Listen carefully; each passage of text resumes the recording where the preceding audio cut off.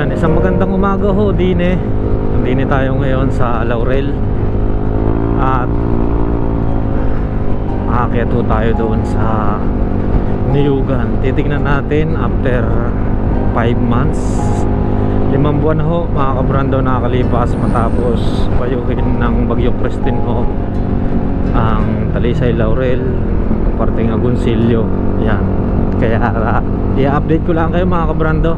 Aano tayo doon sa Niyugan, titingnan natin kung yung magkabilang kalsada or magkabilang bangin ay naayos na nila kahit papaano. Pero talaga mahirapan ho doon ang DPWH sa pag-aayos ng nasira na kalsada dahil ho bangin bangin magkabila doon sa Niyugan. Kaya titingnan natin ngayon mga kabrando kung ano na ang estado ngayon ng Barangay Niyugan. Pero teka, pupunta muna tayo din titingnan natin ang tulay. Pagka nandito tayo sa Laurel mga kabrando, hindi natin maiwasan na hindi pumunta ng tulay. Wala, madaanan lang, parang lagi tayong hinihila papunta ho din para tingnan ang tulay ng Laurel, ang detour yun, ang bagong tulay. Ayan, bukas na pala, may mga bukas ng kainan. Tapos ang Rosie yan, nag-ooperate na rin mga kabrando. Nag-ooperate na rin ang Rosie, marami na rin mga motor. Ayan, okay na, magaling naman at nag-ooperate na uli sila. Ang dami na uli mga motor. Hindi ko alam kung kailan sila nag-ooperate, pero tingin ko nitong mga nakaraang buwan or linggo lang, dahil hindi ko tayo nakakabalik pa din Pero wag naman sana mangyari uli ganun pa rin. Kung umawas uli ang tubig, kung bumuhos uli ang malakas na ulan din may posibilidad na umawas tapos masira uli. Pero hindi na siguro yan, hindi tayo hahayaan ng ating Panginoon na maulit muli yung trahedya o disaster na nangyari ho din sa atin. Tama ng isang beses na lang. Ayan, ang Rosie okay na rin, nag-ooperate na. Tapos dito mga kabrando, areho, ginawang tindahan nila ng patuka. Ayan, ginawa pala nila tindahan ng patuka ring kabilang dulong are. Ayan, dadahan ulit tayo. Napaka-aliwalas ho din ang sarap, ang sarap, napakasarap ng hangin. May mga bako pa, may ilang heavy equipment pa ho, pero wala na yung trabahador. Dahil sabi nga ni Foreman, nung huli nating makausap, diretso daw sila sa Agoncillo doon sa naputol ding tulay. Yan naman daw ang kanilang aayusin.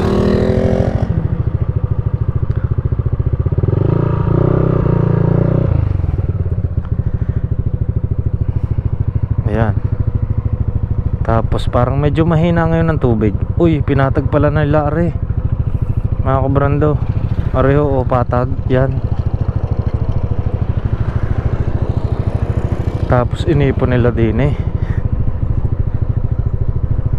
napakapayapa, napakaaliwalas, napakasarap daanan. At sana kung lumakas man ang ulan hindi ho masira ng baha. Siyempre lalakas uli ang daloy ng ilog na nagmula ho doon sa Alasas at saka ho din sa may San Gabriel. Sana ayun, kayanin pa rin ang tulay. Pero tingin ko kaya ho ganun ang ayos ng tulay. Lapitan lang natin.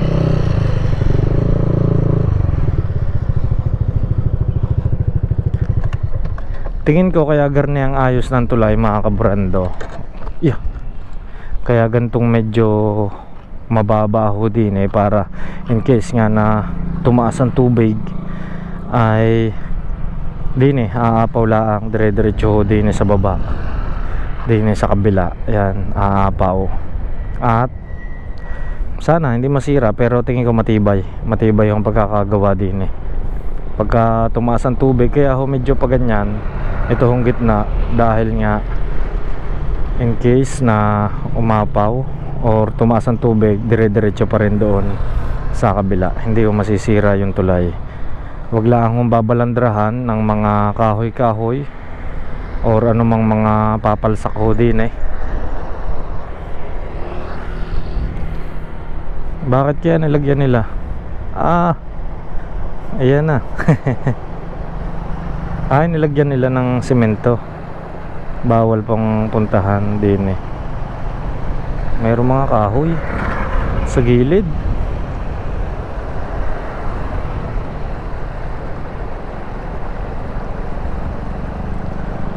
Ariho ang update din sa tulay. Napakaaliwalas, napakasarap Ang aliwalas, ang lakas ng hangin.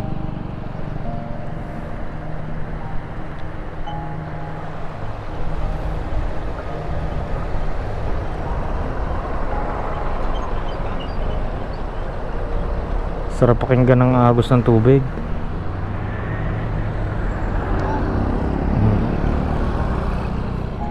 Yan mga kabrando, ayan ang update. Solo natin. Ayan ganda, ang luwang din. Siguro kung kahit 3 sasakyan kaya, pero sa mga malalaking truck syempre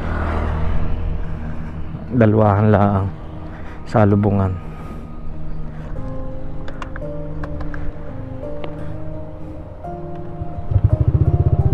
Yan pa rin ang tulay, at sigurado na matatagalan pa bago mayari.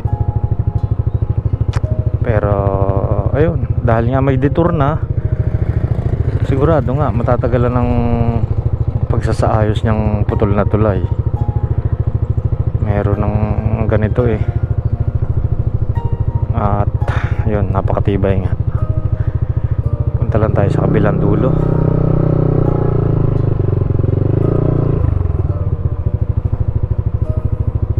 Konting agos pa lang yan, pinatag nila parehas na gilid para direkta na lang yung tubig, hindi na doon, hindi na hampas kung sakaling lumaki ang tubig, hindi na pupunta sa gilid, direkta na ho din sa butas.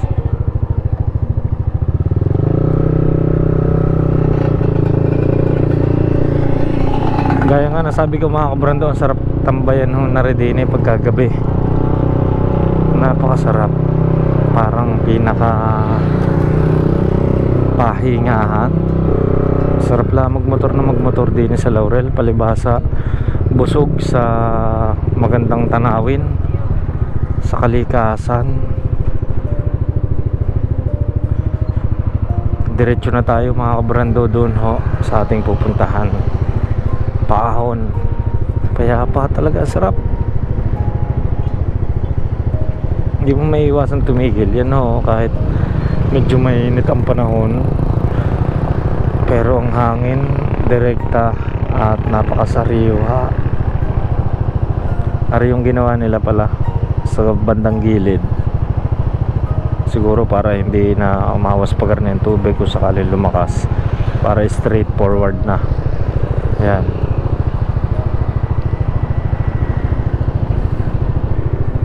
Ayun mga kabrando, in-update ko rin lang kayo dahil sabi ko nga hindi ko maiwasang pumunta pa rin din or bisitahin ulit ang tulay para maipakita rin sa inyo, kung maaari nga lang araw-araw ko may pakita sa inyo kung ano nangyayari din sa tulay. Pero ayun, ganun lang din naman ang mapapanood nyo, kaya syempre minsanan na lang tayo dumalaw.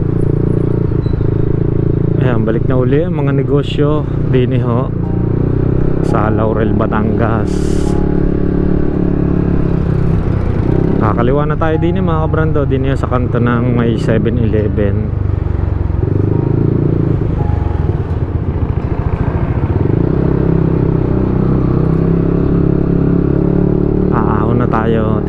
natin. Sana medyo ayos na rin doon. Sana may mga naumpisa na sila para at least papaano may pagbabasehan tayo na hindi na masyadong nakakatakot dumaan.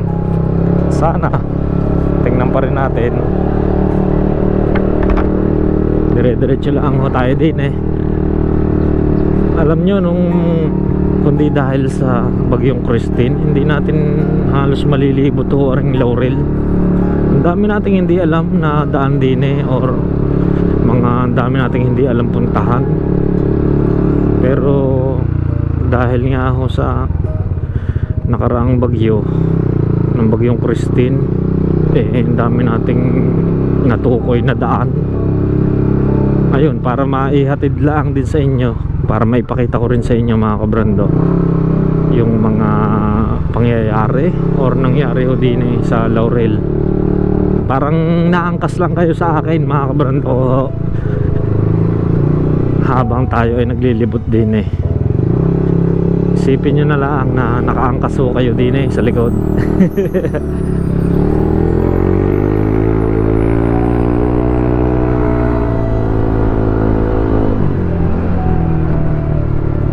Yeah.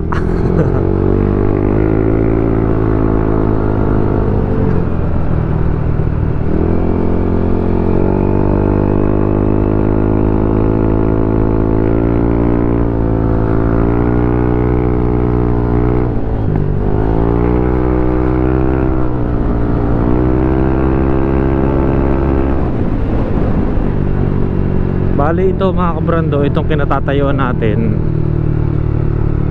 itong ating dinadaanang ito, itong as-is at paliparan, sa ibabaho niyan mga kabrando ay ang Malagaslas. Yan, di ni mga kabrando inumpisahan na rin. Yan o, napakalalim. Ari na yung ilalim na rin, yung way papunta ng Malagaslas Falls or Ambon-Ambon. Yun o, pinaluang din nila ng konti. At saka ang lalaki ng poste, talagang kailangan yan para mas matibay. Uy,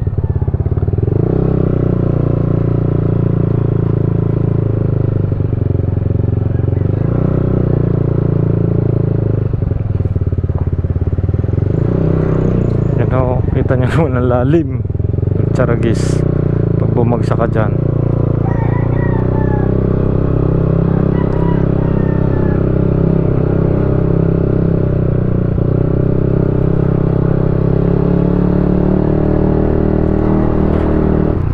Nakakatakot lang dumaan dito siguro pagkagabi na, yung paakyat ka ng Alfonso. Pero may mga street light naman ho din eh.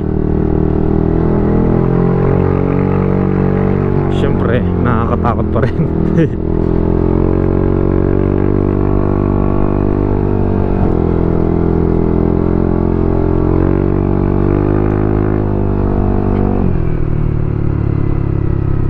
Tingnan lang natin kung meron ng mga naumpisahan din eh.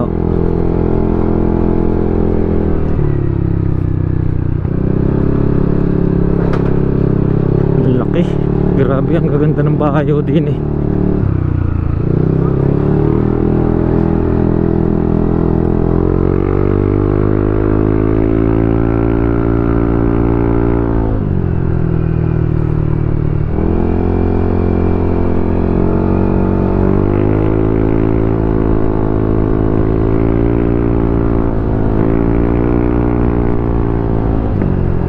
Nakaakyat na tayo mga kabrando. Lamig na simoy ng hangin din eh. Ay, gumawa na sila ng tambayan doon. Yan na, akit na tayo din eh. Tignan lang natin yung mga kalsada kung nalinis na or naayos na yung iba na nasirang kalsada.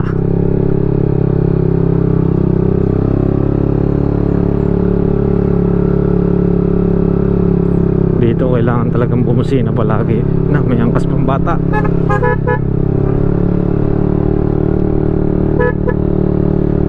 ganong katarik ho na rin. At yan, meron pa rin din sa mga gilid-gilid yung datihan hanggang sa matuyo na. Delikado talaga to pag lumakas ang ulan.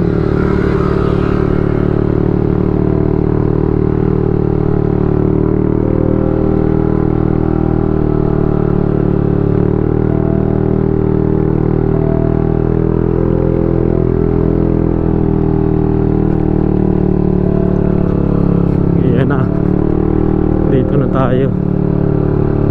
Ang unang tulay. Hanggang ngayon kumakatog pa rin ang aking tuhod nang kupo. Nangangatog pa rin. Hindi pa rin natin kinasanayan na dumaan din Grabe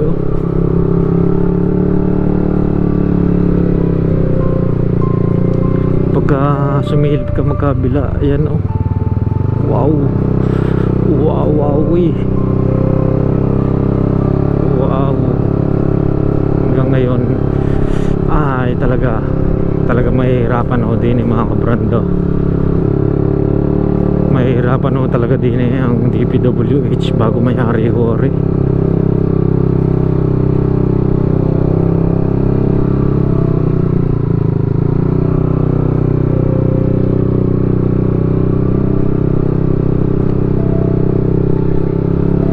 Natin din sa pakabila.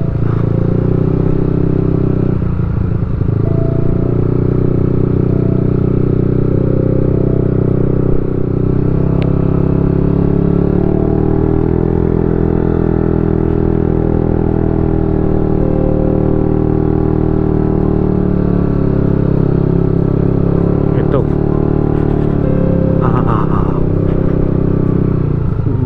wow. Ito na. Yan na mga kabrando. Kita nyo naman kung gaano kalalim. Pucharagis na yan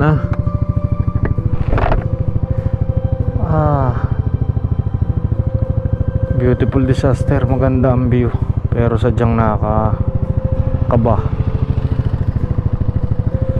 Grabe. Ngayon lang tayo naglakas loob din yung tumigil. Yan wasak na wasak.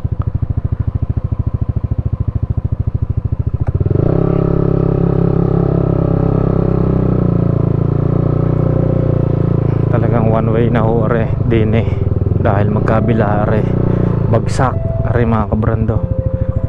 Ito, yan magkabila, bagsak yan.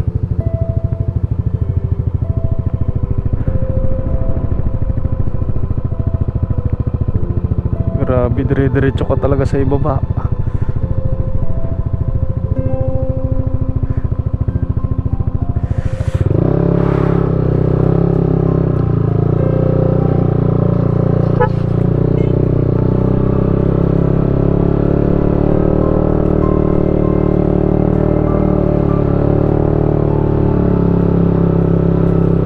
Tapos ito pa, yan one way na uli.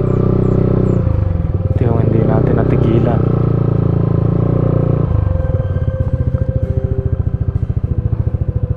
Yan pag dire-diretso doon sa baba, are na yata malagaslas din sa babang are.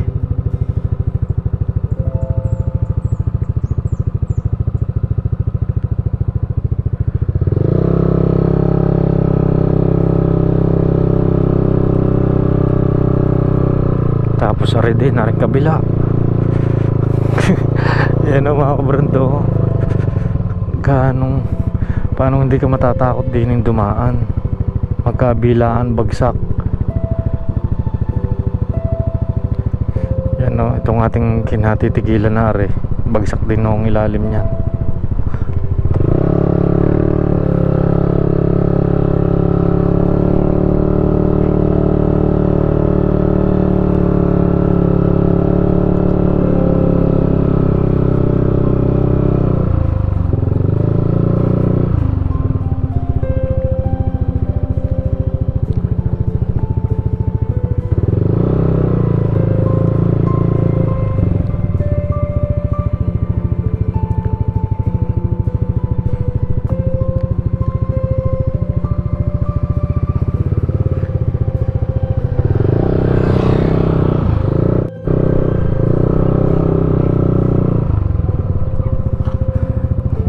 buwang oh.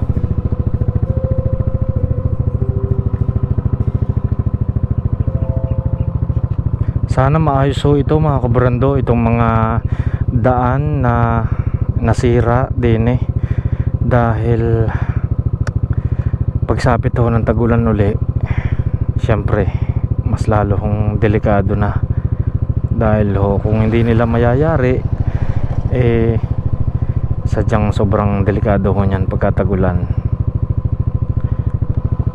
Delikado sa motorista dahil syempre hindi natin masisigurado yung kalsada pagka umuulan. Kaya sana mayari na ho yan, yung mga sirang kalsada ho din eh, na magkabilay bangin, para pagdating ng tagulan eh matibay na uli yung kalsada.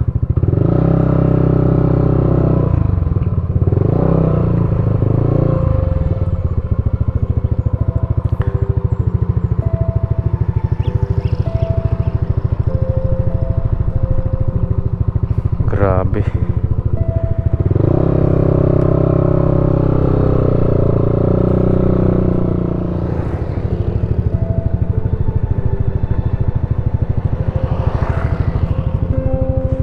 Pag nawala ng preno, po, dire-diretso ka sa baba. Hindi ko may re-recommenda ring padaanan sa inyo mga kabrando, lalo na ho sa mga naka 4 wheels.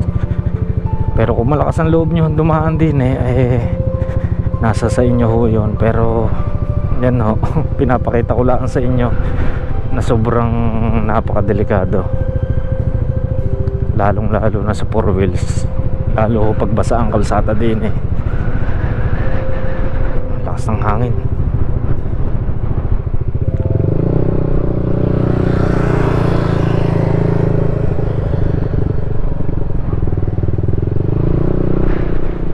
Taas na natin eh, kaya yan, sobrang lakas ng hangin. Napakaganda ng view pero nakakatakot.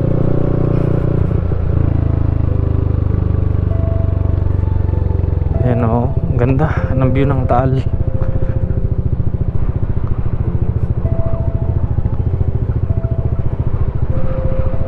Dahan-dahan lang tayo. May angkas pambata dito oh. Sobrang lusungin tapos kabilay bangin, kaya kailangan bumusina. Yan oh, halos one way na eh. Inahan ko po sadya, hanggang ngayon nakakatog pa rin tayo kada dadaan din eh.